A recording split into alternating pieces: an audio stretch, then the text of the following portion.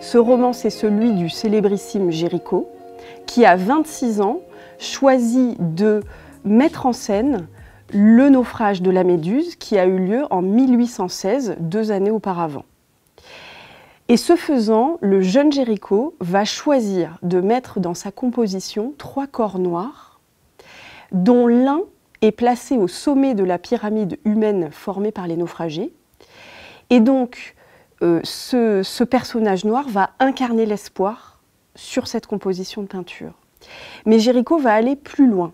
Il va choisir de faire figurer ce personnage noir main dans la main avec un matelot blanc. Et il va ainsi inscrire son tableau en solidarité du mouvement abolitionniste. J'ai aimé ce livre car c'est un livre qui vous emporte dans les cercles artistiques et politiques du XIXe siècle. On va vraiment partager le quotidien de Géricault, ses tourments, pendant cette période où il peint sa plus grande œuvre. Et puis en même temps, le roman va charrier des enjeux immenses, celui de l'histoire coloniale ou encore de la lutte contre l'esclavage. Dans une langue littéraire, l'auteur de La Nef de Géricault va venir donner à voir l'œuvre, sa composition et sa fabrique. Et en même temps, il va traiter le sujet de l'engagement en art, de l'art engagé, de l'engagement politique de l'artiste, qui résonne, à mon sens, avec celui bien connu de Louis Guillot.